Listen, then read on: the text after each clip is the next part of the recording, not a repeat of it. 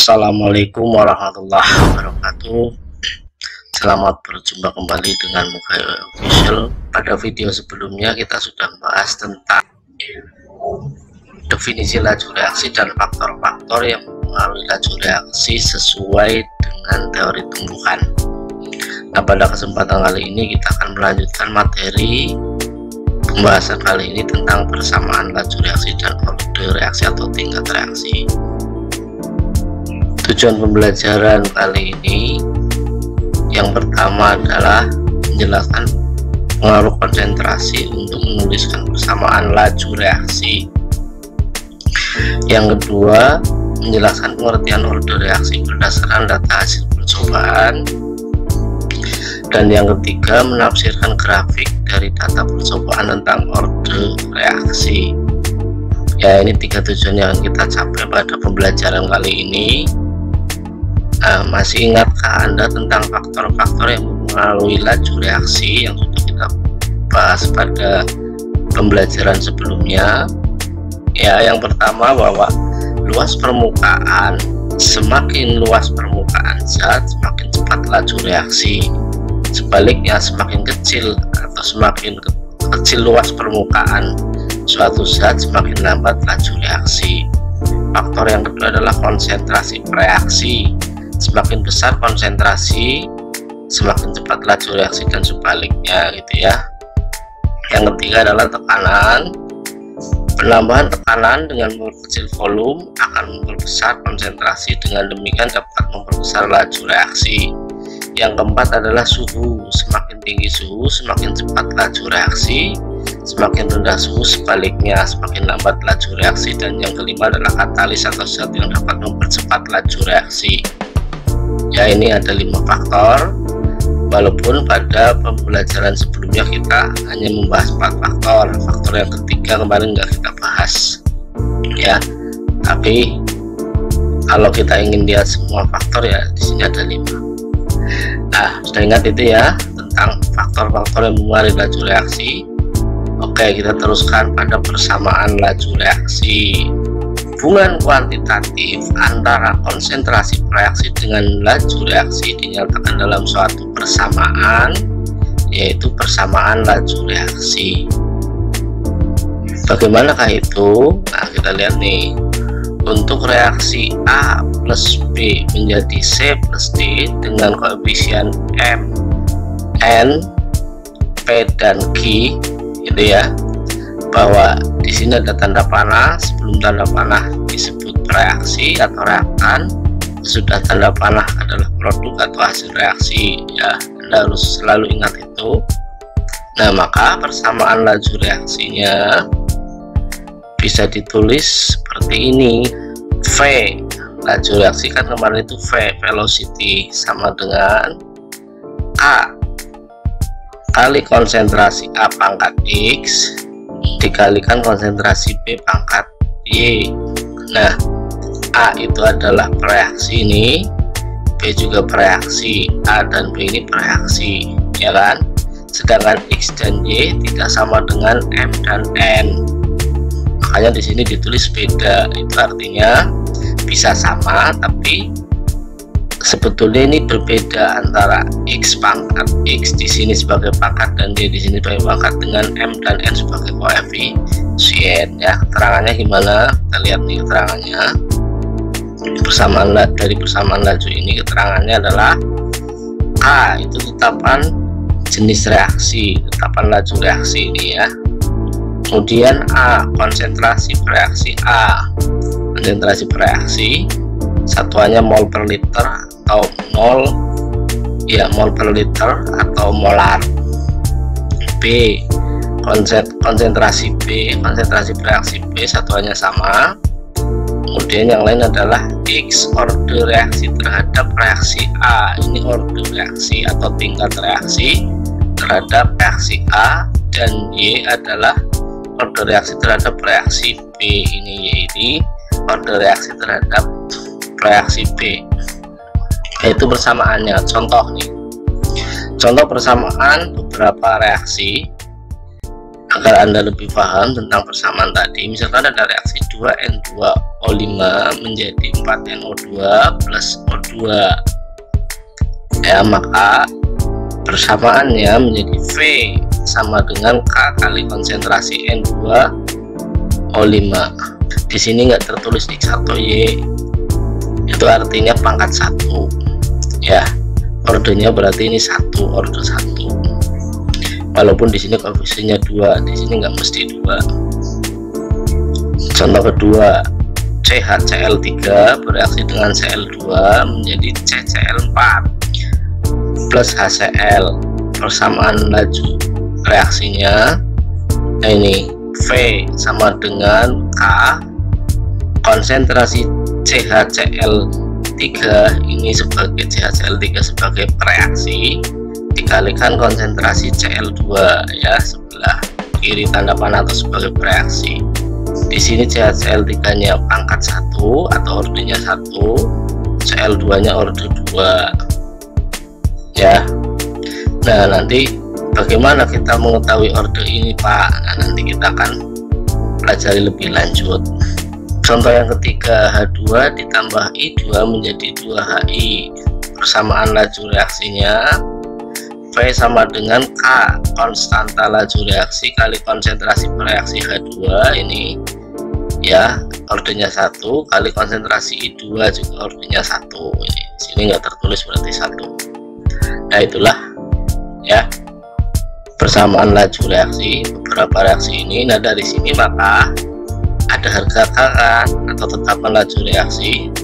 Ternyata harga tetapan laju reaksi atau K ini ditentukan oleh suhu reaksi, dimana jika suhu berubah maka harga K juga ikut berubah. Kalau suhu tetap berarti reaksinya seperti apapun harga K nya tetap sama, intinya gitu. Nah, ini cara menuliskan persamaan reaksi. Jadi ada V sama dengan K, ingat ini konstanta kali konsentrasi pereaksinya. Nah, sekarang setelah Anda mengetahui order reaksi, persamaan reaksi, kita masuk pada order reaksi yang tadi ditanyakan itu. Cara menentukan pangkat-pangkat itu gimana? Pangkat itu disebut order reaksi atau disebut juga tingkat reaksi. Order reaksi atau tingkat reaksi menyatakan besarnya pengaruh konsentrasi reaksi pada laju reaksi. Saya ulangi, order reaksi menyatakan besarnya pengaruh konsentrasi reaksi pada laju reaksi, di mana order reaksi tidak dapat ditentukan oleh koefisien reaksi, namun harus ditentukan melalui percobaan atau harus dihitung melalui hasil percobaan. Ya, misalkan ini nih, order reaksi 0, ya, reaksi order 0. Ini grafiknya seperti ini. Konsentrasi A, laju order reaksi 0 berarti lajunya itu stagnan atau lajunya tetap. Konsentrasi A berubah, bergeser ke kanan, itu berarti bertambah, tapi kecepatannya atau laju reaksinya tetap, itu berarti order 0, ya. Reaksi dinyatakan berorder 0 terhadap salah satu reaksinya apabila perubahan konsentrasi reaksi tersebut tidak mempengaruhi laju reaksi, ya. Konsentrasi berubah tapi lajunya tetap tidak terpengaruh, itu berarti order 0. Grafiknya seperti ini, diingat-ingat. Kemudian ada reaksi order 1 atau order reaksi 1, ya. Grafiknya adalah antara sumbu X dan Y dibagi 2. Ini kalau dilihat sudutnya adalah sudut 45 derajat, ya, dimana setiap laju naik 1, konsentrasi naik 1, lajunya naik 1, konsentrasi naik 2, lajunya ikut naik 2, konsentrasi naik 3, lajunya ikut naik 3, sehingga membentuk garis lurus membelah siku-siku ini atau membelah sudut 90 derajat ini. Ya, suatu reaksi dikatakan berorder 1 terhadap salah satu reaksi jika laju reaksi berbanding lurus dengan konsentrasi reaksi itu. Ya, setiap konsentrasi naik, lajunya ikut naik. Naik 1 kali, lajunya naik 1 kali. konsentrasi naik 2 kali, lajunya naik 2 kali, itu namanya order 1. Kemudian yang ketiga adalah reaksi order 2, ya, antara konsentrasi dan laju membentuk garis tidak lurus tapi melengkung, ya. Suatu reaksi dikatakan berorder 2 terhadap salah satu reaksi jika laju reaksi merupakan pangkat 2 dari konsentrasi reaksi. Artinya apa? Jika konsentrasinya naik 1 kali, lajunya naik 2 kali. Ini konsentrasinya naik 1 kali, laju naik 2 kali. Konsentrasi naik 2 kali, lajunya naik 4 kali. Konsentrasi naik 3 kali, lajunya 6 kali, begitu. Jadi order reaksi atau tingkat reaksi ini menggambarkan besarnya pengaruh konsentrasi bereaksi terhadap laju reaksi. Ya, ada order 0, order 1, order 2, order 3 dan seterusnya, tapi yang Anda kenal cukup sampai order 2. Nah, sekarang setelah kita memahami tentang persamaan laju reaksi dan order reaksi atau tingkat reaksi, mari kita bersama-sama untuk mencari persamaan laju reaksi dan tingkat reaksi. Contoh,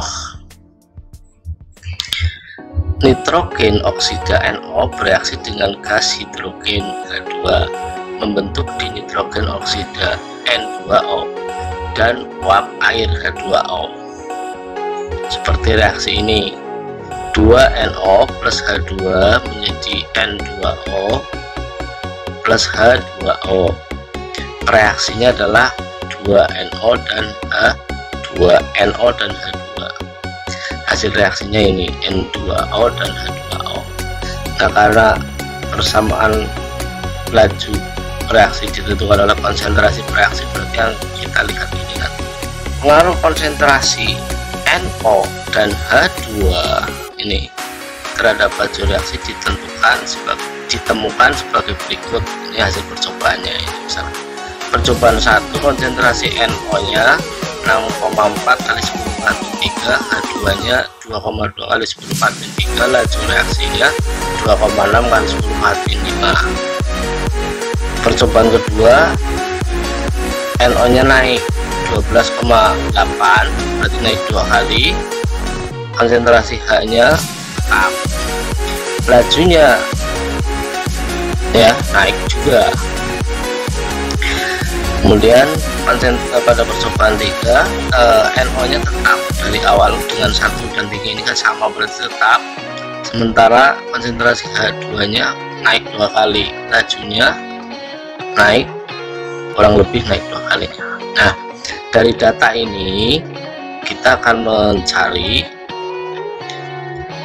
order reaksi terhadap NO, order reaksi terhadap H2, tulis persamaan laju reaksinya seperti apa, kemudian nilai order reaksi totalnya berapa. Nilai order reaksi total itu adalah order reaksi terhadap NO dan H2 ditambahkan. Kemudian yang ke tentukan nilai dan satuan tetapan jenis reaksi. Dan yang F, F ya, yang F, tentukan laju reaksi jika konsentrasi NO dan H2 masing-masing 0,5. Jadi ada 6 pertanyaan. Pertanyaan kelima saya ulang, tentukan nilai dan satuan tetapkan jenis reaksi, tetapkan laju reaksinya. Harga K nya ini perlu dicari nilainya berapa. Kemudian yang ke-6 F, tentukan laju reaksi, tentukan V nya jika konsentrasi NO dan H2 masing-masing bernilai 0,5 molar. Ya, mari kita lihat penyelesaiannya satu persatu. Persamaan reaksi 2NO plus H2 menjadi N2O dan H2O, maka persamaan laju reaksinya secara umum bisa ditulis seperti ini. V sama dengan K, konsentrasi NO pangkat X kali konsentrasi H2 pangkat Y. NO dan H2 adalah reaksi, jadi yang ditulis konsentrasi reaksinya saja sesuai data yang ada. Kemudian yang pertama, untuk menentukan order reaksi terhadap NO, ya, untuk menentukan order reaksi terhadap NO atau untuk mencari nilai X ini, maka pilihlah data, ya, data di mana harga konsentrasi H2 itu tetap. Konsentrasi H2 tetap itu dimiliki oleh data 1 dan 2. Silahkan lihat lagi itu datanya 1 dan 2, ya. Dengan demikian, maka untuk mencari ordernya NO, kita bisa memasukkan persamaan ini antara data 1 dan 2 dibandingkan, ya kan. Data 1 dan 2 dibandingkan, data 2 ditulis terlebih dahulu, V2 sama dengan K2 kali konsentrasi NO pangkat X, ya kan, kali konsentrasi H2 pangkat Y. Y-nya maksudnya NO2 nya, NO untuk data 2 dan H2 untuk data 2, ini 2 ini maksudnya itu. Kemudian V1 data 1 sama dengan K1 NO1, ini ya data untuk 1 pangkat X, H2 pangkat Y, H21 pangkat Y, ini untuk data 1.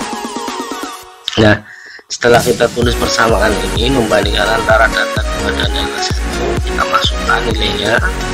Data 2 adalah 1,0 kali 10⁴, data 2 nya ya, data 1 nya 2,6 kali 10⁴, ini untuk lajunya. Kemudian K2 K1 ditulis lagi karena harga konstanta itu yang ditentukan oleh suhu tadi sudah dikatakan. Jadi pada suhu yang sama pasti harga K-nya tetap sama, karena harga K-nya sama maka K ini sebetulnya bisa dicoret, ya kan.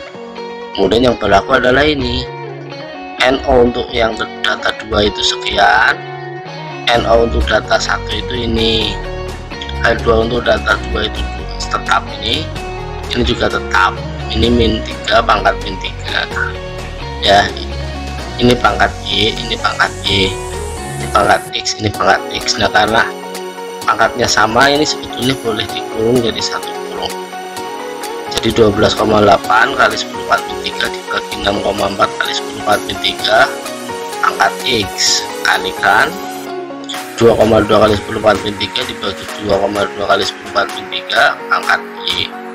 Ya, kalau disatukan gitu, K2 dan K1 besarnya sama sehingga dihilangkan atau dicoret. Ya, setelah kita memasukkan nilai yang tadi dari data tabel tadi, ya, maka kita temukan bahwa nilainya adalah 1,0 kali 10⁴ dibagi 2,6 kali 10⁴ itu adalah 4, ya. Ini sama 2,2 dibagi 2,2 berarti kan 1, ya.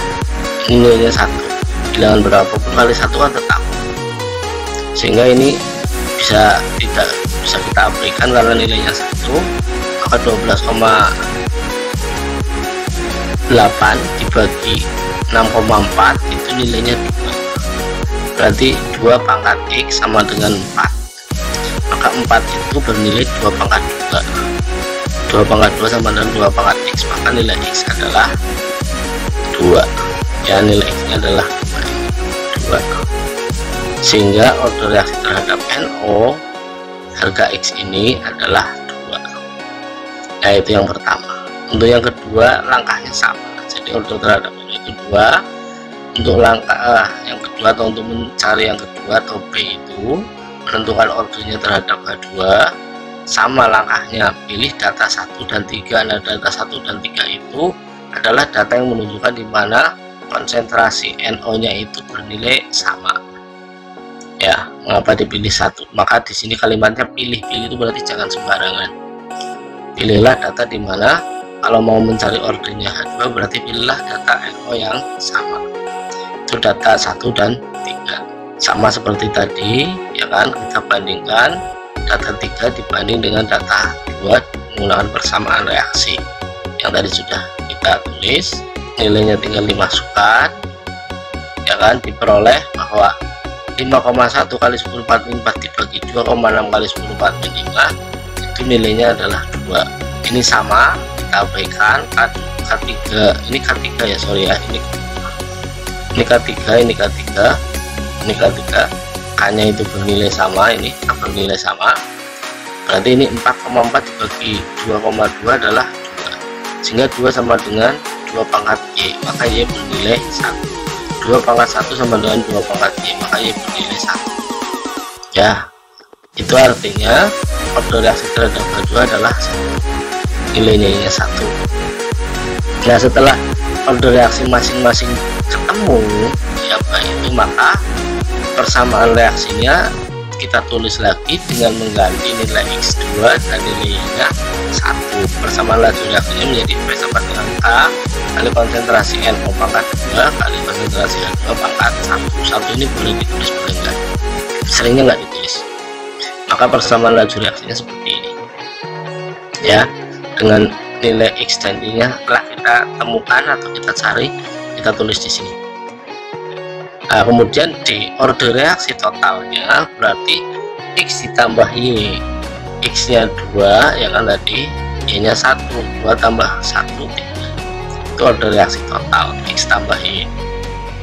Kemudian E nya dari persamaan laju reaksi di mana V sama dengan K kali konsentrasi NO42 kali konsentrasi H2 pangkat 1. Kalau kita mau mencari K, ini mau mencari K, maka K ini bisa dicari dari kan itu K sama dengan V dibagi konsentrasi NO pangkat 2 kali konsentrasi H2 pangkat 1.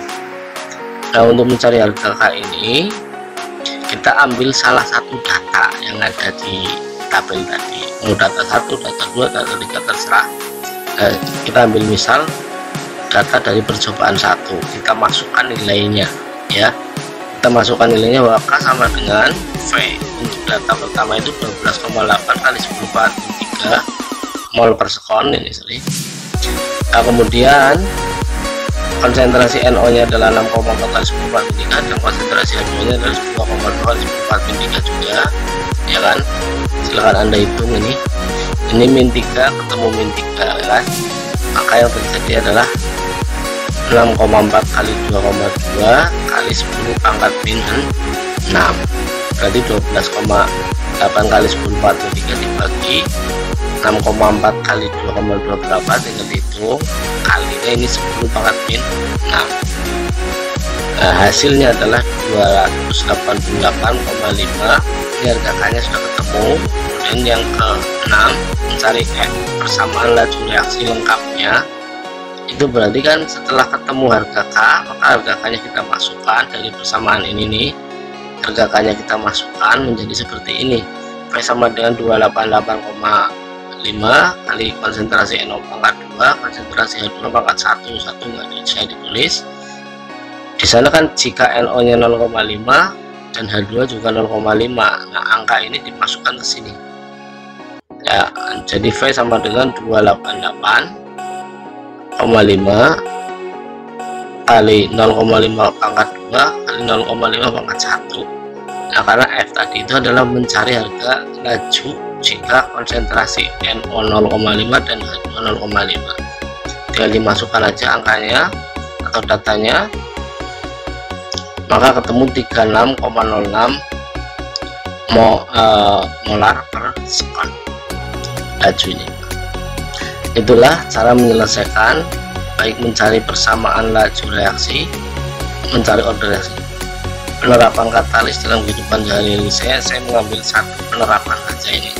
Penerapan dari 4 faktor itu kita ambil penerapan katalis dalam kehidupan sehari-hari sebagai tambahannya. Yang pertama adalah makhluk hidup. Dalam makhluk hidup atau sering disebut dengan biokatalis nanti.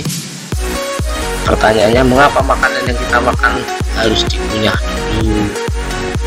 Dengan mengunyah, makanan menjadi halus. Menjadi halus itu artinya kelas permukaannya menjadi lebih besar dibanding semula waktu kita kunyah, ya kan? Sehingga makanan mudah dicerna. Nah itu, jadi Tuhan kita itu menciptakan kita dengan mekanisme yang sudah sangat sempurna secara kimia. Nah, setelah mudah dicerna, selain pengaruh luas permukaan, pencernaan makanan dibantu oleh enzim. Nah, ada enzim kan. Nah, enzim ini sering dikenal dengan katalis tadi. sebagai katalis di dalam makhluk hidup disebut biokatalis. Biokatalis berarti katalis hidup. Ya di sini aja berarti kan faktor laju terhadap makhluk hidup sudah ada dua yang terlihat jelas, yaitu memperluas permukaan zat. Caranya adalah dengan dikunyah, kan itu ya. Nah, makanya dalam kemasan-kemasan obat kan sering dibuat puyer, ada tablet, ada puyer, ya kan. Nah puyer ini berarti luas permukaannya lebih besar, lebih luas, sehingga lebih cepat terasa khasiat. Nah sama dengan ini. Kita teruskan. Kerja katalis enzim sangat spesifik. Biasanya enzim hanya dapat mengkatalis satu reaksi tertentu. Misalnya enzim sakarose hanya dapat mengkatalisis reaksi hidrolisis sukrosa menjadi glukosa dan fruktosa. Enzim amilase mengkatalis pemecahan amilum. Ya, jadi punya kerja spesifik enzim-enzim atau katalis. Kemudian penerapan katalis yang lain adalah penerapan pada industri. Contohnya pada industri pertanian atau peternakan. Penggunaan katalis dalam industri sangat penting berkaitan dengan keperluan produk yang banyak. Misalnya pada industri asam sulfat dulu dan amonia sebagai bahan dasar pembuat. Pada asam sulfat ya, reaksi pembentukan SO3 dan S2 dibantu dengan katalis pada proses kontak. Katalisnya yaitu V2O5 di vanadium pentaoksida, sedangkan pada proses kamar timbal katalisnya yaitu gas NO. Jadi pembuatan asam sulfat ada dua proses, silahkan Anda cek sendiri. Yang pertama adalah menggunakan proses kontak dan yang kedua menggunakan proses kamar timbal. Katalisnya beda-beda, bisa cari sendiri informasinya, saya tidak akan menjelaskan ini lebih jauh ya. Kemudian pada reaksi pembuatan amonia sebagai bahan dasar pembuat pupuk digunakan katalis hidrogen serbuk besi. Jadi menggunakan katalis serbuk besi, jadi hidrogen. Katalis hidrogen itu artinya bentuk katalisnya berbeda dengan zat yang bereaksi. Kalau ini katalis homogen karena bentuk katalisnya sama dengan zat yang bereaksi. Atom-atom besi akan menyerap molekul-molekul gas pada permukaannya sehingga reaksi lebih mudah terjadi karena reaksinya terjadi pada permukaan besi dan tidak di udara. Ya, ini contoh penggunaan katalis dalam industri, yaitu vanadium pentaoksida pada proses pembuatan asam sulfat menggunakan proses kontak. Sedangkan kalau proses kamar timbal menggunakan katalisnya gas NO, hidrogen monoksida. Sedangkan pada industri pembuatan amonia sebagai bahan dasar pembuatan pupuk, katalisnya menggunakan serbuk besi. Cara kerja singkatnya seperti ini. Nah, itulah yang bisa saya sampaikan, mudah-mudahan bermanfaat. Jangan lupa mohon maaf. Saya akhiri. Assalamualaikum warahmatullahi wabarakatuh.